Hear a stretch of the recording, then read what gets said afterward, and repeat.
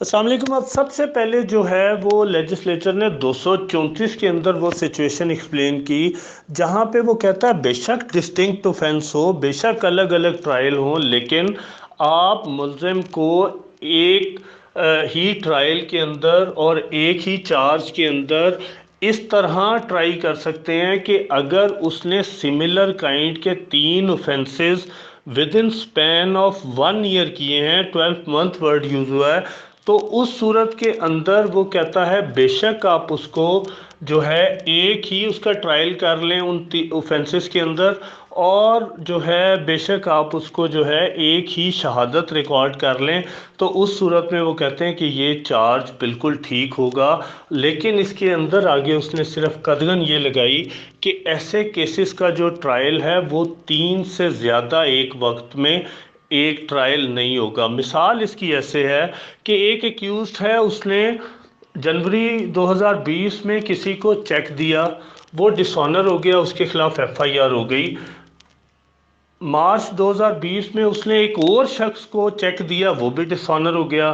फिर मई 2020 के अंदर उसने किसी और शख्स को चेक दिया, वो भी डिसऑनर हो गया। अब ये उसके खिलाफ 3 डिफरेंट एफआईआर्स दर्ज हुई हैं, और उन तीनों एफआईआर्स की जब एक रिपोर्ट 173 अदालत में आ जाएगी, तो उसके बाद 234 के तहत, क्योंकि ये स्पैन आप देखेंगे तो ये 12 महीने के अंदर भी है और ये 3 भी है मैक्सिमम, तो इस सूरत के अंदर एक ही ट्रायल होगा।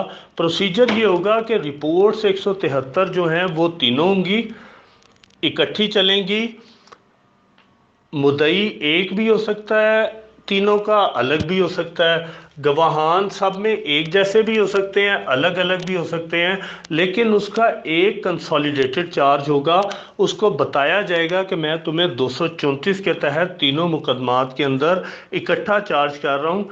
सबसे पहले तुमने जनवरी 2020 में इस शख्स को चेक दिया जो कि इतनी अमाउंट का था, डिसऑनर हो गया। फिर तुमने मार्च 2020 में इस शख्स को चेक दिया जो कि डिसऑनर हो गया और वो उसकी अमाउंट ये थी।